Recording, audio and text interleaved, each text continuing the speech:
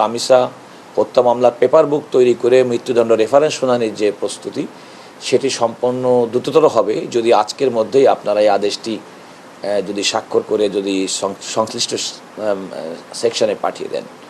তা আদালত বলেছেন যে আজকেই দুপুরের মধ্যে তারা এই আদেশটি অর্থাৎ তাদের মৃত্যুদণ্ডপ্রাপ্ত দুজন ব্যক্তি সোহেল এবং স্বপ্না তাদের আপিল মঞ্জুরির যে আদেশ জেল আপিল মঞ্জুরির আদেশটি তারা সেকশনে পাঠিয়ে দেবেন এবং আমরা প্রত্যাশা করি সেটি যাওয়ার পরেই রামিসা হত্যা মামলার মৃত্যুদণ্ড রেফারেন্স শুনানির জন্য প্রস্তুতির কাজটা অনেক দূর এগিয়ে যাবে, পেপার বুক তৈরি হয়ে যাবে।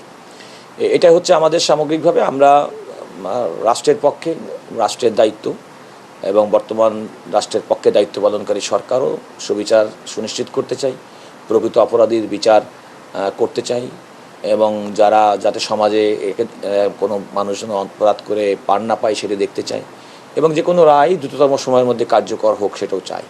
তো আমাদের রাষ্ট্রের পক্ষ থেকে সরকারের অবস্থানটা আমরা দায়িত্ব পালন করে থাকি অ্যাটর্নি জেনারেল অফিস এবং আমরা আমাদের সেই দায়িত্ব পালন করছি। আশা করছি এই কারণে যে কারণ তারও তো একটা আইনগত অধিকার আছে, একজন মৃত্যুদণ্ডপ্রাপ্ত আসামি তারও তো আপিল করার অধিকার আছে, তিনি তো জেল কর্তৃপক্ষের মাধ্যমে সে আপিলটি করেছেন, সুতরাং তার আপিলটা মঞ্জুর হয়েছে এবং সেই আপিলটা মৃত্যুদণ্ডের যে রেফারেন্স তার সঙ্গে একসঙ্গে শুনানি হবে। না, সেটা হয়নি, কারণ আপনাকে এটা মনে রাখতে হবে কিন্তু মৃত্যুদণ্ডপ্রাপ্ত ব্যক্তির কিন্তু 7 দিন সময় আছে জেল আপিলটি করার। তো তারা সেই জেল আপিলটি 7 দিন পর্যন্ত তাদের তো সেই আইনি বাধ্যবাধকতার যে সময় সে সময়টুকু তাদেরকে তো দিতে হবে।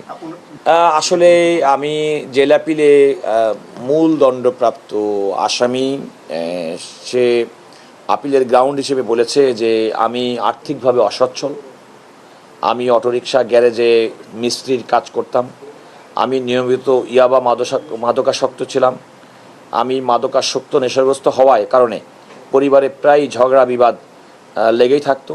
ইতিপূর্বে আমি কোনো অপরাধে জড়িত ছিলাম না। পত্র মামলার ভিকটিমের সাথে যে ঘটনা ঘটেছে তা মাদকাসক্ত ও নেশাগ্রস্ত অবস্থায় হয়েছে। আমার আর্থিক অভাব, পারিবারিক অশান্তি, মাদকাসক্ত ও নেশাগ্রস্ত হওয়ার কারণে ঘটনাটি সম্পূর্ণ অনিচ্ছাকৃত অবচেতনভাবে হয়েছে। কিভাবে যে ঘটনাটি ঘটেছে আমি বুঝতে পারি নাই। আমার একটিমাত্র ছেলের পড়াশুনো খরচ ও পরিবারের ভরণ পোষণ করার মতো কেউ নাই।